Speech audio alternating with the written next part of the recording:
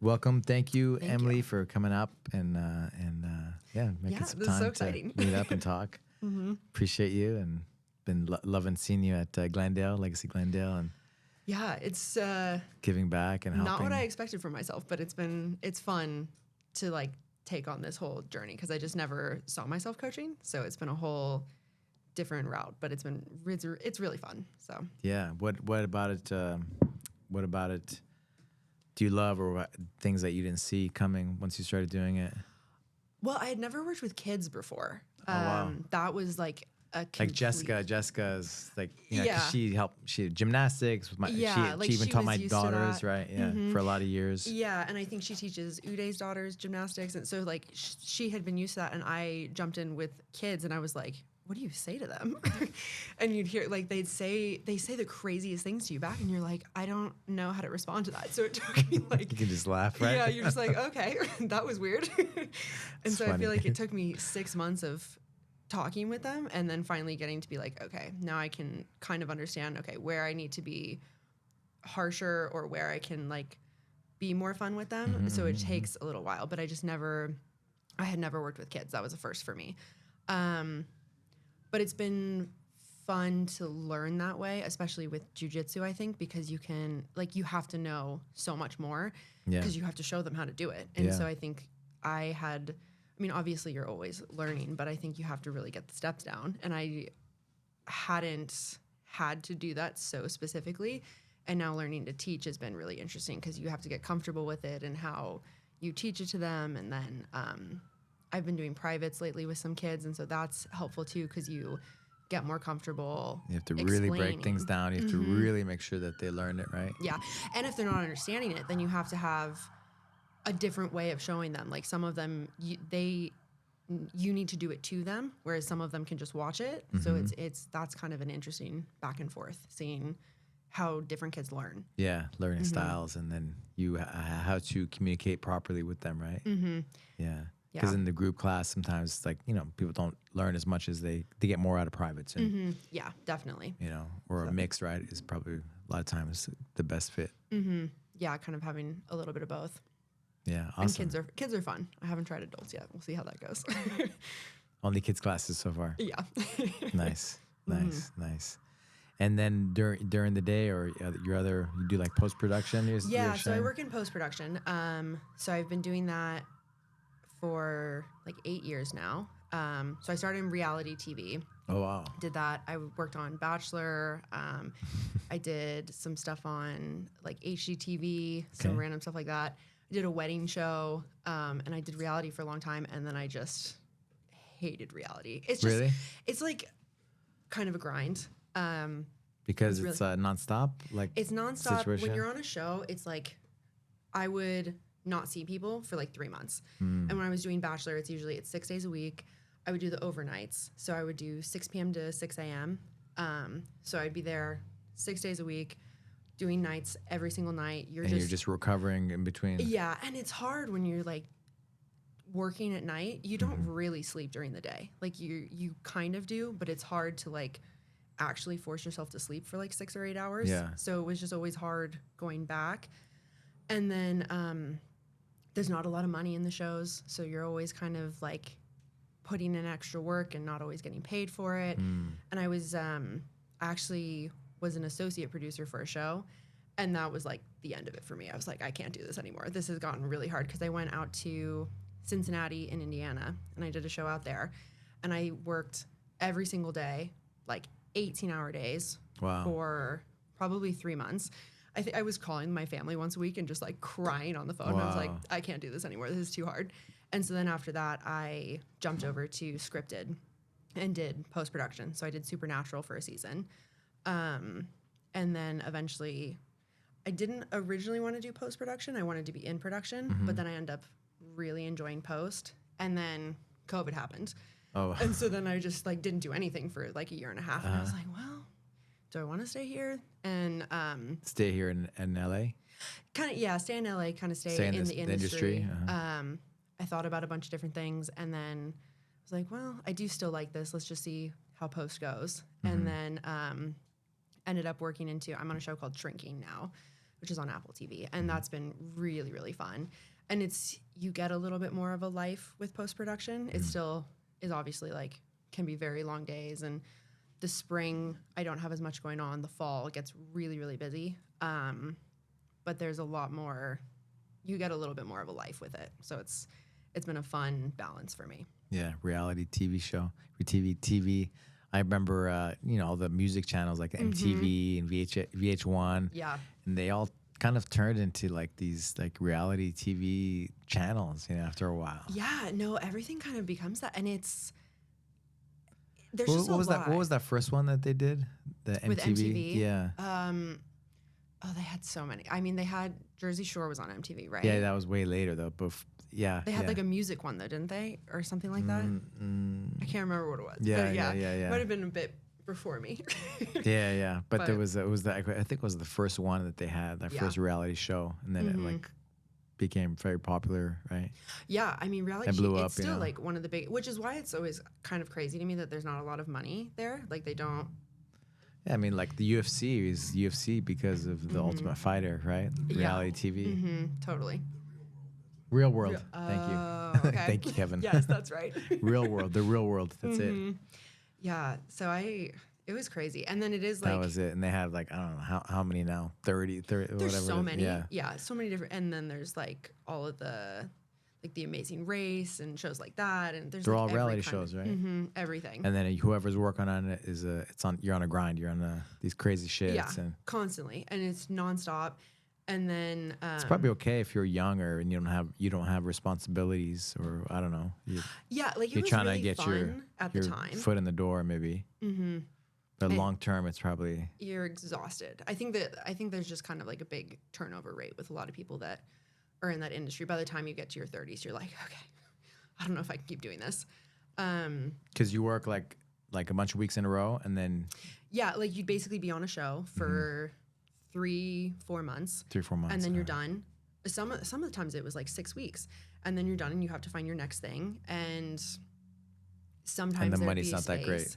And the money's not that great, and you're usually they'll salary you a lot of the time. So then you're doing overtime, and you're not getting paid extra for it, and so you're doing like 18-hour days, and then there's no extra. So you're just it was a lot. It was fun. Bachelor, I will say, was really fun to learn on because it's been on for like 25 years. Wow. So it runs really well.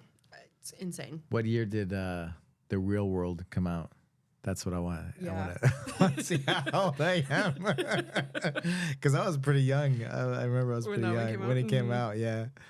I think I had to be maybe a teenager when it came out. But I think that was the first reality show. That was like the first big one for sure. 1992. Wow. Yeah, I was still in high school. That's it. Look at it now. It's like so much of TV is reality TV, right? So much. And it's fun to watch. And I feel like the big question is always like, how much of it is actually real? Scripted, right? Yeah, and like... How much is scripted versus reality? Like maybe half of it, honestly. More so I feel like they just put people in situations and they're like, this is what I want to happen, make this happen. And then the rest of the scene can be whatever you want it to be. So it's more so it's like this scenario will take place, but you can do it however you want. And then they can make anybody look a certain way, right? If they want to. Yeah, the first time I was ever on set, actually, I went to just shadow someone, and which actually was for Bachelor. And there was one guy who he walked off the set and was like, I didn't realize they were going to make me the villain on this show. And he just yelled it to people that were standing around. I was like, oh, okay. So, yeah, I think you just never know what's going to happen when you're on that, which is really, it's interesting. So it's crazy. Yeah. Yeah, some of it's true, some of it's not, right? Yeah. Like that, there's a guy named Gabe Rudiger. He's a friend of mine. He has a gym, actually, in the Valley. And, yeah, man, he didn't make weight. And they made him look like, like so much, it made it so much worse, It kind of messed up his trajectory of his fight career in a way, because he got so much hate, like he was just overeating and then didn't make weight because he's just irresponsible. But there's some truth, right? But not, you can make it seem much worse or different. Tell a different story depending how you make it look. Yeah. Which is never Not great. I mean, it makes good TV, but Yeah, but not good for maybe the person personally, right? yeah, I think it's a lot for sure. So many eyes, like the whole, especially back in the day in the Ultimate Fighters, like everybody watched it, right? Mm-hmm. It was Yeah. on that thing called Spike TV. Yes, I remember The that. channel, the channel for guys, Yeah. right? And the Ultimate Fighter was on there. Yeah. Yeah, so everybody like tuned in, and now there's so many channels. Oh, there's so much to watch. Mm-hmm. Nobody, I haven't had cable for I don't know how long. I know, neither have I. It's crazy, but I feel like everything's just. I would go to my Coming dad's back. house, yeah, and he had cable. It was all like pharmaceutical, like commercials, Yeah, like so in many of between the those. channels, I was like, okay, that they've pretty much bought all the Yeah. spots, because who has cable anymore? My parents, and I think that's like the only people I know with cable. The boomers, right? Yeah. Is it? I know every time I go to my parents' house and they'll have like the actual TV on, I'm like, this is crazy. There's like commercials in here. Wow. Everything's streaming now. Everything's on demand, right? Yeah. So you're telling me that your family, your dad is a pilot. Yeah. So my dad's a pilot. My like dad's whole entire family are pilots. So my grandpa was a pilot. My dad and his brother are both pilots. Their sister is a flight attendant. My uncle's married to a pilot. My godparents are pilots. Wow. And then my mom, and my grandma was also a flight attendant, and that's how she and my grandpa met. Wow. And then my mom worked customer service for United, and so that's how she and my dad met.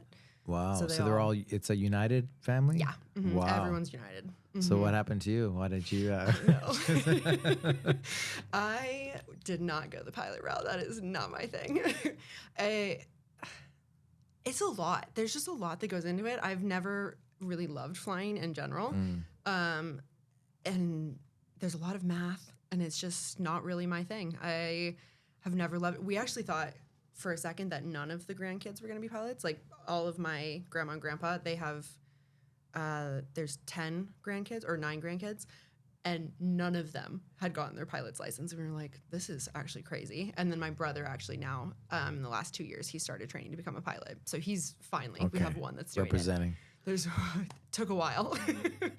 But my dad he has a little airplane that was my grandpa's. So when he passed away, he gave him his airplane. So he has a T-34. So he goes out and flies with my brother all the time. And it's not my thing. There's just a lot that goes on with it. There's a lot of math that you have to do. There's a lot of like the weather's crazy to me. The wind is crazy to me. So A lot of unpredictability, right? a lot of unpredictability. And so many accidents too, so many deaths, right? Especially too. with the little planes, it freaks me out a lot. Yeah. I mean, like the bigger, because my dad flies the 787, and he has made me a lot more comfortable with flying, because he always, like, when people talk about turbulence, he's always like, remember the wings can go up 90 degrees and they're not going to break. And I'm like, Wow. okay. And then every time there's turbulence, That he's makes like, me actually, that's good. That they can yeah, go 90 it's helpful. degrees. Yeah, he said they can Wow. literally go all the way up and it will not break off. Wow. So that always makes me feel better. And then every time he's like, when you're in turbulence, like, it's just wind. There's nothing going on. It is literally just wind. You don't have to like worry about anything. And I'm like, okay, good to know. Oh man, I mean, it's some tough well, you think it's tough, but crazy situations.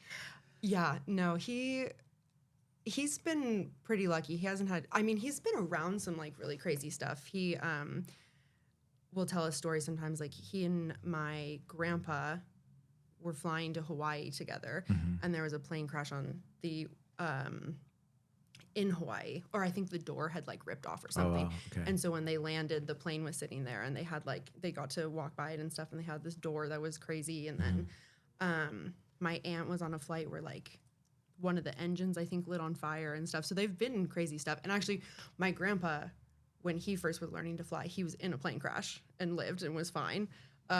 So there are accidents all the time, but. What did he think about 9/11? Because that one of the things was a United Airlines. That was, my dad knew some of the pilots on 9/11. Wow. So that was, I like really vividly remember that. I was only 5, but I do really remember that because my dad was actually flying to New York that day. Wow. And so he was, I can't remember if he was just at the airport or he was actually in a plane, like going to New York. But I can remember my mom, they couldn't find him. And it was like before they used cell phones and stuff. So they didn't know where he was. And all of these people were calling my mom at the house being like, where's John? What's going on? And I can remember her freaking out. So I like very vividly remember that. But yeah, that was definitely difficult. Like I can remember afterwards, like we went to a few things for United where they would do like memorials at the beach and stuff like that. And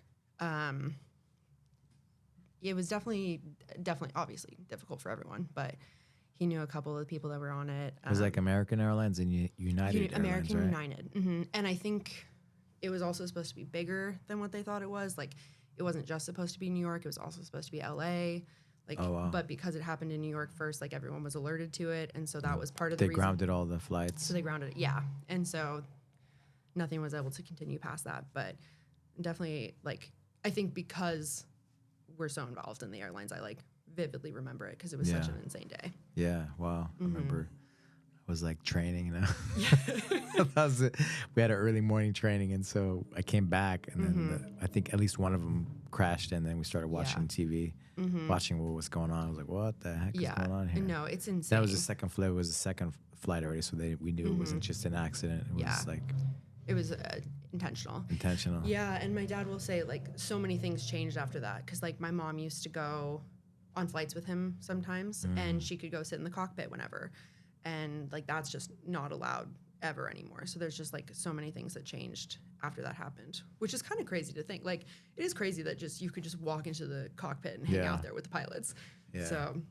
it kind of makes sense. I remember when I was a kid, you could smoke inside the airplane as well. Me and my friend Alshana were talking about, like his dad used to smoke all these cigarettes inside the plane. And we're like, what? Yeah, I remember that. You forget, right? But so many things. They have like the little some of the older seats right over there. They still have that ashtray thing, you know. But so much smoke in the plane, and how, you know, some people... No, the way people used to fly, you're just like, this is insane that this is how it used to be. Well, and I feel like it also kind of used to be like a very luxury thing too. Like people dressed up to go and do it. Yeah. There was a whole way that it happened. So it's definitely higher class, right? Yeah. So, no, it was pretty... 9/11 was definitely crazy. And then my grandpa actually, so he used to do flight safety. So he did a lot of like kind of changing how they operate a lot of stuff with flight safety specifically. And so there was one time where a plane had crashed and they weren't sure why. And so the public was like hearing one thing. And then one of my grandpa's friends sent him all of these documents basically saying that the military were running some sort of experiments, and they were using lasers, and they accidentally shot this plane down. And so they sent him all of this info, and then the FBI raided my grandpa's house to like get all of this stuff. And so then he was actually like sued by the FBI for all of this information. And it didn't come out until like maybe 20 years ago because they basically covered up this whole situation. And then it turns out that they were correct, and the government had actually shot this plane down. And so it was just like really crazy stuff like that. Yeah. So do you believe in UFOs? Are UFOs real? I think so. I'll go with it. It's got to be something. Or is it a government cover up? I'll go with UFOs. I feel like something's got to be out there. Between the pyramids and the aliens, and you know. I know there's something. Right. Nice. You just went to Japan, right? I did. Yeah, that was fun. Enjoyed your pictures from Japan. It was the best. My dad was actually supposed to get that flight, and then he didn't get it because his route is to Japan right now. Oh, okay. And then he didn't. And then this month, my friend is going, and he got her flight. So I was a little butthurt about that. Oh, so for him to fly your actual plane? Oh, okay. So he was supposed to get it, and he failed to do that. Do you get hooked up with like the buddy passes or the companion? What do they call buddy those passes? things? Family. So we used to do buddy passes. They used to do when we were growing up. It was all buddy passes, and then when you turn 26, I get booted from that. So I've been booted for a few years. Okay. But I've been as the kids, as the children. As the kids, you get kicked off. But I I think so basically he's able to do like you get 2 permanent people, and so that always gets passes essentially. So I'm a permanent person, and then my brother's gonna turn 26 this year, and then so I have a brother, sister, so there's 3 of us, and so we're gonna have to fight for who gets to be the permanent person.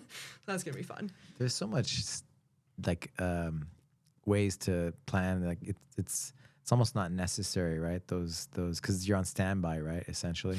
Yeah. You have seen. I'm sure your dad's like pretty senior, right? So he is really great. I mean, he's been with United for like I think over 35 years now. So he has really really great seniority. Yeah. But still, you never know, right? Yeah. No, and it's sometimes it really sucks. Like we've gotten stuck for 3 days somewhere, not being able to get home because flying's so miserable. Yeah. But then we've also gotten like, I've gone to other countries and I've gotten first class going to other countries. So it's like, that's the coolest thing ever. But then sometimes you're stuck for days and you can't leave.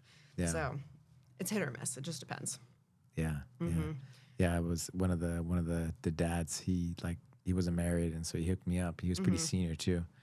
And so I was able to get hooked up with a lot of flights, and it was nice. Like you go first class, but sometimes it's like it sucks. You get stuck and you can't get home, or you can't get to the place. And people don't get that a lot of the time. Like the standby thing, when they're like, "What do you mean we're not getting on the plane?" You're like, "Well, we're stuck here. It's you have to deal with it."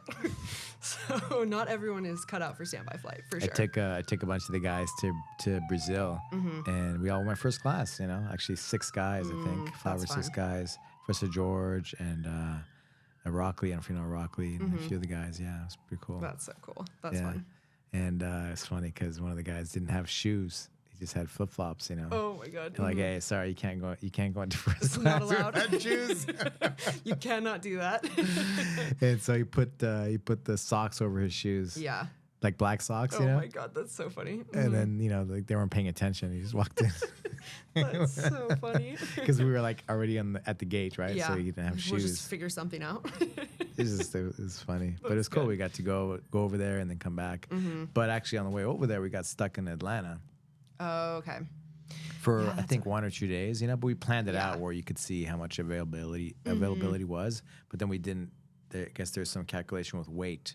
There's some factor of there's weight restrictions sometimes. Something like that, because there's space, but there's some kind of weight because they were delivering some kind of cargo goods, right? Yeah. Which they do as well. Yeah, and sometimes I don't really understand how the weight restrictions work, but sometimes you get booted off a flight because there's weight restrictions. And I don't know if that has to do with like weather or like, I think sometimes it has to do with the gas of the plane, like how much they put in. Yeah, so a lot of math. Going back to the math. It's not my thing. We good. Why I am not a pilot. So tell me about the Japan trip. What did you? Oh, it was so fun. The land of the rising sun of the samurai of Jiu-Jitsu. This was actually it was my 2nd time there. I love Japan. I would move there if I could. We'll see. We'll see in the next like 5 years what happens.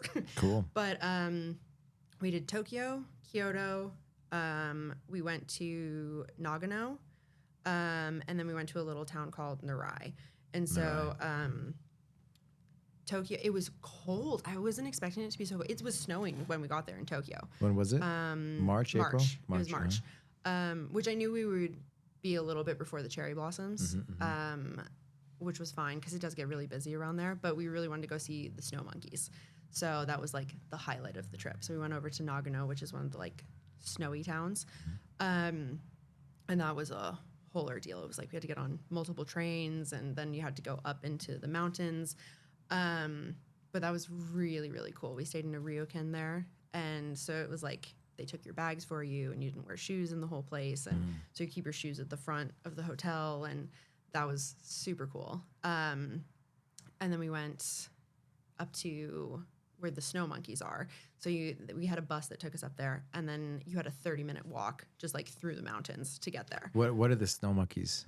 So they're monkeys, but they sit in. They're white. They're white. Whitish. And like brownish, and then they sit in these hot springs in the mountains. So they're hanging out. So there's all these like pictures of them where they go and they're literally just sitting in the hot springs hanging out. And they're running around. They're really cool. Super crazy though. And they like get really close to you. So you have to walk all the way. You have like a 30-minute walk in. So I think it's probably like a mile and a half in. And you're on this like snowy trail and it's iced over and like people are buying crampons to like walk through this thing. And I'm like, do we really need to do that? And I fell multiple times. So we probably should have had that. But you get there and they're everywhere. There were like hundreds of them. And there's little babies sitting there. And so cute, yeah. So that was super baby cool. monkeys are cute. So it was cool because it's like you'll just not see that anywhere else. Yeah. So that And was you're really in fun. Japan, so it's like all, And you're in Japan. all very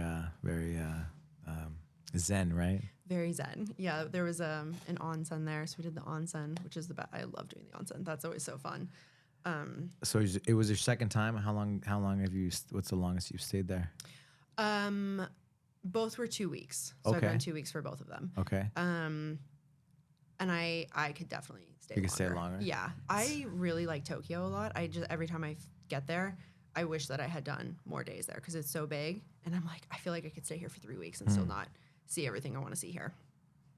Man, I get homesick when I go. There was like some years back in the day that I went like, I think I went like 5-6 times in a year. And after like maybe like 10 days, I get very homesick. I get that. Like, yeah. and one time I stayed, I think a little bit over 2 weeks, and I was like, I couldn't wait to get home. Yeah. My sister's like that. My sister's very, like, I travel with her a lot, and she, after like a week or so, she's like, okay, well, I think I'm ready to get back to the routine. And I'm like, I could be gone for 6 weeks, and you'll just never see me. Yeah. You won't hear from me. Yeah. Yeah, I don't know what it was, you know. I Yeah. think just everything was so different, and then just the culture and the people, like Latin America or Europe, like I'm good, you know. Yeah, you could stay. Yeah, I could stay, but I haven't like, done Latin America yet. I want to though. It seems fun. yeah. Just I don't know, just the culture is so different, you know. Yeah. But I loved it.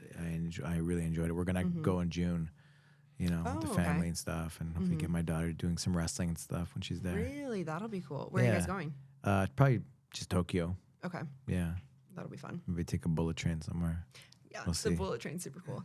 No, it's definitely very different culture. Like the train is the craziest thing because no one speaks on the trains. It's just very silent, and it's really crazy because you're trying to like shuffle through there, and you'll be on rush hour, and people are just pushing by, but no one says a word. So it's very quiet, which is different. But then it's like controlled chaos. I feel like that's the best way to describe Tokyo. Is it's like it is very chaotic, but there's an order to it that doesn't make a lot of sense. So you're just kind of figuring your way out. Yeah, everybody's so like structured and disciplined, right, with the way they do things. Yeah, very much so. Yeah, so I love it. Packed, like everything, with subways, streets, but everybody's like, you know, Yeah, like super- everybody falls in line. Yeah, like the escalators, everyone stands on one side so that people can walk. If you have to go quickly, you walk on the other side. Yeah. And everyone, like, you put your backpack, you don't wear it on your back, you wear it on the front when you're on the train so that you're not hitting people. So it's like everyone's very considerate, which is nice. So it's just a very different culture. And it's very clean, which you wouldn't Very expect. clean, yeah. So it's just, I love being there. It's always so nice. Yeah, it's been, I think, a part of the jiu-jitsu fight journey, you know, just because they're like back when I was, you know, back in the, when was it? 90s, late 90s, Yeah. 2000s, they had a thing called Pride Fighting Championship. Oh, okay. It was the biggest fight organization, dwarfed like UFC and stuff. Really? Because Okay. UFC wasn't even big yet, right? Yeah. And then Pride was like, you know, big arenas, Saitama arena with like, I don't know how big the arena is, but I think it's Yeah. like 40, 50,000 people. Wow. And I remember I got to go one time and to watch one of the prides, and Wow. you could hear a pin drop, you know, Oh, with that really? many people in the thing. Wow. And they were scrapping, fighting, and it was Yeah. quiet. That's And then, of so course, when you cool. win, somebody would win, people would like, you know, cheer or whatever. But it was like a whole different Completely energy, different experience. just a respectful. It was a great experience.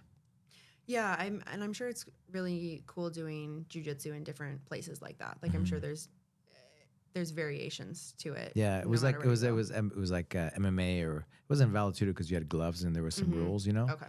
But I took a female student there one time, one of my black belts, And it's funny because they have different, like some different names for things, right? Like the event she did, it's cool. Like it's different. It's called Slap. Was it Slap Girl? Slap, something like that. Slap Girl, I think was the name of the event. That's wild. It was an all-female like MMA event, you know. That's really that's cool. I'd like to go and do the IBJJF out there one year. Yeah, I think that'd Asia be really Open. fun. Yeah, that'd be cool. Yeah. Yeah, we were just talking about it in the last podcast with Professor Brian about you know, like there's some things like for example ADCC and some of these things that have there's a lot of hype and it's a lot of excitement, a lot of realness, rawness, you know. Yeah. But you can't take away how great IBJJF has done with organization and these events around the world. It gives these so many opportunities for jiu-jitsu practitioners, athletes to go out there and compete. Like you went to Florida, you competed in the Pens. Yeah, and you just never would have expected. I never would have expected to do that. But it is cool how it is so well organized, and it's like, oh, I could consider going to you know exactly what time you're gonna go, what day it's gonna be on. Yeah, so that's really cool. That's like something I've really enjoyed doing as I've gotten older because I played sports growing up. What sports did you play? I played softball primarily all the way through, but then I think we played everything. We did basketball, we did swimming, we did volleyball. So we played everything, but softball was like the main one. And I played softball in college. And so it was difficult once that was done because I feel like you didn't really know what to do with yourself after that. Like I went to college and you got up at 6 and you had morning weights and then you went to class and then you had a 4-hour practice. And if you had to miss any of practice, you had to make it up earlier in the day. And then you'd eat dinner and then you'd have to do like study with your teammates. So it was like my whole life was very planned out and it was all around a sport. And then to get out into like real life and just be like, well, what do I do now? It was really crazy. So I think jiu-jitsu was really nice because it was competitive. You had some time before finding it? I had of not doing like 8 years probably, or maybe 7 years. Okay. So I tried a bunch of different things. I trained for a marathon, hated that. That was horrible. I did, too much suffering. No. And I've just like never became good at running. I'd get to like a mile and then I need to like walk a little bit and then I do another mile and I've never become that person that can just like go people forever. Are built for different things, right? Yeah, just not my thing. Played softball, so you're like physical, like you can do things, you know? Yeah, and so like I think I missed that. Well, and also you just had like you were always working out to kind of help your skills in your sport. And so I think then to like work out and not have a purpose for it, you're just like, well, what do I do? Because I tried weightlifting, I tried that, I did CrossFit for a little bit, I did like there were all of these different things, and I was like, I couldn't stick with it for more than like 2 months. And so then jiu-jitsu was really nice because you're like, okay. How did you find jiu-jitsu? I started working over at Warner Brothers, and I wanted to do some sort of martial art. I had actually always wanted to do a martial art. Like even when in my early 20s, I was like, I want to do something that like some sort of thing like that. And I never got into it. And then I actually remember I had looked up all the different martial arts and I was like, jiu-jitsu sounds horrible. I don't want to wrestle people. Sounds horrible. It sounded horrible to me. And I was like, that's like the last one on my list of things to try. And so I wanted to do Muay Thai here. Okay. And so I was just looking for places by Warner Brothers, and I was like, okay, this one does Muay Thai, and they have like somewhat laced classes, and so I can do that. That's how we got you, huh? And then I came here, and I did gateway to jiu-jitsu. Literally, and I was gonna do a Muay Thai class, and then Kevin convinced me to do jiu-jitsu, and so I never even did a Muay Thai class. I just did jiu-jitsu, and here we are, years later. So wow, wow. I know. Day one, you were like, oh, you got that dog in you. You can do it. I was like, all right, you're right. You do have it. Like you play softball in college. You can feel it, you know? Yeah. So I think I was just looking for something You're built for stuff like that, yeah. Yeah, and it's like... Or else you're not happy, you're bored, it's boring. It's boring. Marathon, CrossFit, yeah, you know? And you're just like, what is the point of this? Becoming the best at working out, you know? No, literally, you're like, okay, I'm going to be the best. I'm going to just beat myself all the time. Like, okay, great. So jiu-jitsu was just like, I think it gave me the competitiveness again, which was great. And then it also gave me like you're always working towards something, and like you're working towards your next belt, and that you can like see and feel the progress with that. And also I think like the first 6 months especially, it's just so brutal because you're just getting beat all the time. Yeah. And then but then if you have the brain for it, you're like, I'm coming back, like I'm gonna you can quit, or this you out. can be like, okay. Yeah. And so I think I needed that a little bit, so that's been fun. And then like to compete and go to like Florida and do things like that, it just feels similar to what I did growing up, which I think it feels like comfortable, which is nice. Where did you grow up? Where are you from? I grew up here. Oh, okay. So I'm from LA. Oh, wow. Yeah, so lived here my whole life. I was homeschooled actually. No way. Yeah, so I did that, which was really crazy. And you played baseball or softball in high school? Yeah, so college? yeah, we did homeschooling all the way through. I should have done jiu-jitsu as a kid because we started homeschooling because when I was in kindergarten, there was a kid who would choke me on the playground, and the school would just like, my mom kept being like, well, can someone watch lunch? And they were like, we have an aide that watches, and she's like, well, clearly they're not doing their job if there's kids getting choked on the playground. Yeah. And they just wouldn't do anything about it. And so she decided to try homeschooling, and then we did that up until high school. And even in high school, I did independent study. So I played on the team, and then I did one class at actual school, and then the rest was homeschool. Oh, okay. Because we're not thinking about it. We're going to do that for Serenade. Oh, yeah. Yeah. I loved it. So she can train more. We're trying to do the independent study thing, but I think we have to just totally do it, for her to go to the right schools, the right sports schools, or right sports high school, No, I mean, I really enjoyed it. It was really fun before we got to high school because it was very based around, like our learning was a little bit different. So we had a class that we did with a couple other families, and we do history once a week, but they made it super interactive for us. So it was like, we would be learning about the Boston Tea Party, and we'd like reenact the Boston Tea Party. And so it was very fun. So there was a group of so we had a kids. group of, because even with homeschool, because I know some, like, I worry about, like loneliness or, not being around other kids. She has a lot of friends. She's very social, but still, it's like you want to make sure there's a balance. That can be a problem. And like you see kids in homeschooling sometimes where that's an issue. And so it's like, I think my parents were very intentional about making us do other things. So I think that's why we played 15 different sports, and we were in Girl Scouts, and we had, when we would homeschool, we had these like families that we would meet up with once a week. And so we would do this history class, and then we had an art class we would do with a couple of different families, and we'd go to the Getty once a week. And so that was super cool. So it was, I think they were just very focused on making sure that we had other outlets outside of homeschooling, so we weren't just alone a lot of the time. Yeah. And then we also had it was my brother, sister, and I, so we were always together, which was nice. Did they do homeschooling as well? So all three of us did it together. So I think that also made us very close, which was fun.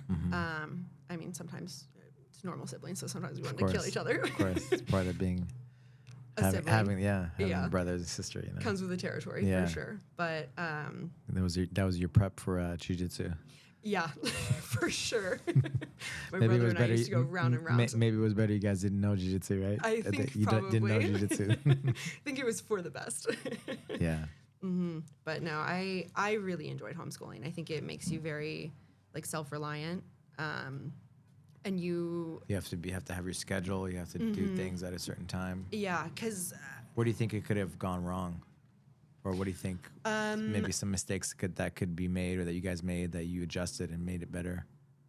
I do think the social aspect can get difficult at times. I do think, especially when I got to high school, it was a little bit more challenging, because it was nice that I played softball, but if I didn't have a sport, I would have just been doing independent study, and you don't really know anyone in the high school. And even it was kind of weird because you go and you do one class at the high school, but you don't know anyone, and it's kind of a weird.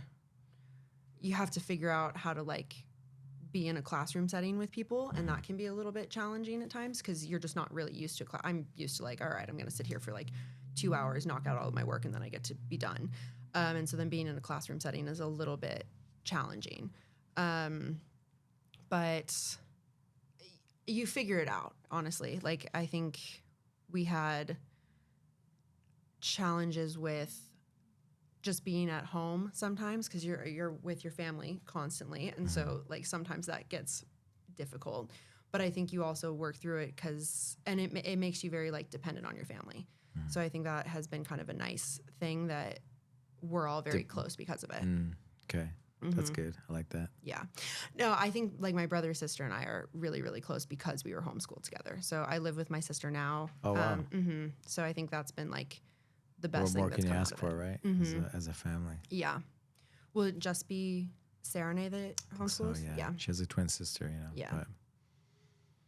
Yeah. I mean, I think it'll be, it's a lot of fun. And it does give her a lot of, like, room to become independent, which is cool. Like, especially if she's good at getting her work done. Yeah. Because you learn. We'll help her, We'll give her the support she needs, Yeah.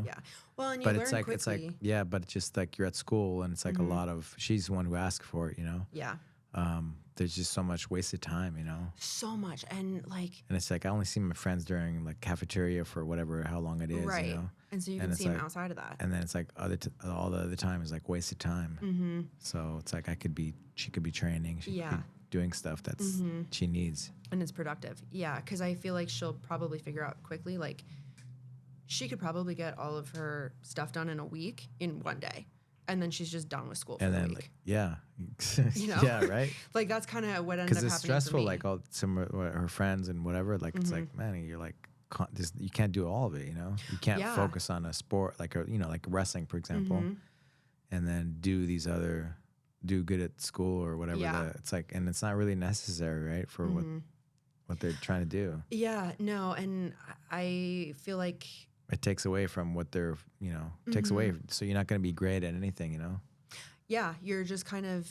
And I feel like so much of it now is also just memorization, and then it just goes out of your brain. And we live in such a different world now, right? With all the technologies and AIs. Yeah, totally. So it's like, if you're going to have to memorize it anyways and then be done, you might as well get all your stuff done early in the week, and then you can just train, and then you're done. Not think about it, So I'm an advocate. I like homeschooling. What are some other cool things you did because you were able to be homeschooled? Benefits. Positives. I mean, the Getty was really cool when we did that. Did you guys were you able to travel and stuff on? We did travel. You did independent study, right? So you had to go once a week. So we would do, like, this history class once a week. That was really great. And then we would do the Getty usually once a week, and that was cool because we didn't do that until we were a little older and we were learning art. And so we'd learn about an artist, and then we'd go to the museum and we'd, like, get to see the artwork. So that was really, really cool. We traveled we didn't travel a ton when we were kids, to be honest, which I think is kind of surprising because obviously my dad's a pilot, but they just, I think, didn't really want to travel with us a lot. So we traveled more when I was in high school. Okay. And then, honestly, because we played so many sports, I feel like we were doing a lot of sports. Like, we were always practicing. We were always doing softball. And then we did actually get to go. So Disneyland does a homeschooler class, which is really crazy. Okay. And we got to do that a couple times where they... Disneyland. So we got to go to Disneyland, and they would show you kind of how the rides work. So it was a science class. I think they had two different ones. There was a science class, and then there was some sort of English class, I think. Okay. And so the science one was you learned about some of the rides, like how the roller coaster in California Adventure works. It's magnets. And so, like, how the ride functions. And then there was another one that's like levers and different pulley systems and stuff like that. And so it was a science class based around that. So it was like they had random kind of cool stuff like that. That was always really fun. That's cool. Different, Yeah. Nice. Yeah, because a lot of education, right, is like, is it in the classroom or the real world, like going out and doing things, right? Yeah. No, and I think... I had such a good time. I really loved homeschooling because it was fun for me. Like, our history class was really fun. And I think I always really enjoyed history because of that, which I think most people hate learning. It's like either math or history. You hate one of them. And I always really, really loved history because it was really fun for us to learn. And so, and especially when we were little, like as we got older, it got more serious. But when we were younger, it was like What did you study in college? film. Okay. I did communication and film. Okay. What made you want to go in the direction of film? So All when I these was, sports and athlete. I know well, it actually kind of has to do with sports, which is kind of funny. So when I was 16, my brother played baseball with this one kid, and his dad was a writer for a show on Disney Channel. Okay. And they had a episode where they needed a softball pitcher, and so the dad just asked if I would want to do it. And so I got to be on a TV show, and I pitch tomatoes into like a giant pizza. And so they gave me like balls of raw meat and then little things of mozzarella and tomatoes, and I pitch it into a pizza. And then there's another scene where I pitch tomatoes into this guy's face. And so they're like trying to break this like hypnotizing situation. Okay. And so I got to do that, and the experience was like... It was so cool. I remember being on set and just being like, wow, like I want to do this. And at the time You want to create this, wanted be to a part of this creation. Yeah, it was so neat. And I didn't love being in front of the camera. That wasn't my favorite, but I talked to the assistant director a lot of the time while I was there. And it was just so cool seeing him do his job. And like, he's kind of running the set, and you have your director there, but I loved the idea of his job. And so I ended up talking to him quite a few times and like meeting up with him and just talking about how film works. And it just was so much fun. So that kind of sparked it, and I was like, okay, this is what I'm going to do. Cool.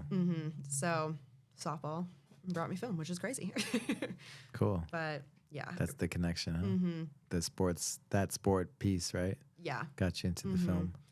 So business, entertainment industry. Yeah. And it was funny. One of the dads that we also knew that was in film, because we knew a couple people that were in film when I first got started. And he always told me, it's like joining the circus, and you have to really love the circus if you're going to be in it, because it's going to be just like nonstop. It's a really crazy job. A lot of people don't get it, but if you love the circus, it's going to be fun, and you'll stick with it. So, which I have found to be very true. So it's been fun. Reality TV, Yeah. getting past that phase, Getting right? past that, I've really come to love it. And even when I first started, like, I really did enjoy it when I first started. It just gets to be a lot after a while, because I think you just kind of get tired of like being on a show for 3 months, and then you can never really make plans to travel because you don't know when your next job is coming. Yeah. And that gets challenging. So Plus, all the industry's been so crazy now, right? it's so been upside down.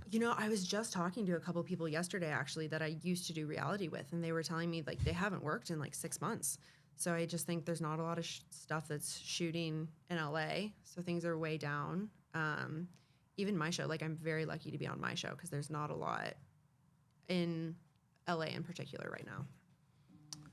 They've shifted to different states, right? Different locations. Vancouver is a really big one. A lot of the stuff through Warner Brothers. They shoot in Vancouver. They shoot in Georgia is like one of the big ones. They do a lot of movies, and like London. So London. Huh? Yeah. So yeah, there's just not a lot here at the moment, which is difficult. Yeah. Yeah, but it's still the media capital of the... Yeah, still trucking along. Yeah, wow. Well, it's been thank you for sharing some of your background. Thank you for having me. Is there any special things that we don't know about you? I don't know. Besides that, I Unique mean, things that people don't know about you, maybe on the mats, and I don't know. Interesting things on the mats. Just in your life. Just in my life. Yeah. I feel like. I mean, I love to bake. I'm a like big to baker. bake. I Nice. love to bake. That's a big one. Like to eat.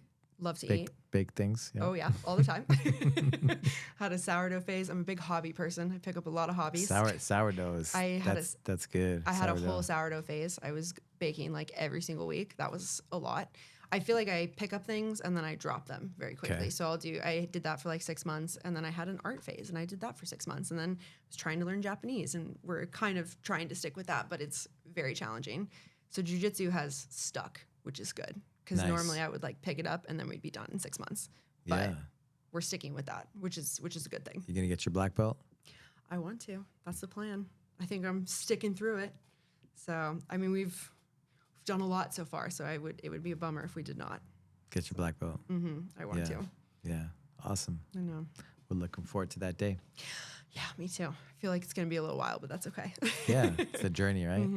No, and it's been fun. Like, friends and adventures and the community helping others is really cool. Like, I think that I wasn't expecting that to be such a big part of it, but that I think is one of the biggest parts of it is just like the people that you get to know along the way and everyone kind of helping with your jiu-jitsu and developing things is fun. Like, I feel like I was telling someone this the other day, like I am able to string a sequence together now of like 5 things. And a year ago, I could have never done that. It was like, all right, we have a sweep to mount. That's what we've got. And now it's like there's a whole string of things that I can do that I wasn't able to do a while ago. So that's really cool. Awesome. Any shout outs?